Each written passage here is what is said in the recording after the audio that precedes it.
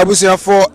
Pemampem TV so aniti sa wo hwe me a obehye video no amaye na afoforo so anya bi ahwe follow your channel no na drop your comment like your videos na nyankopon enhira sa wo hwe a gamanche na wapie the grand Durbar na se if we say ni nua Otumfour Osei Tutu Nyamkese Asante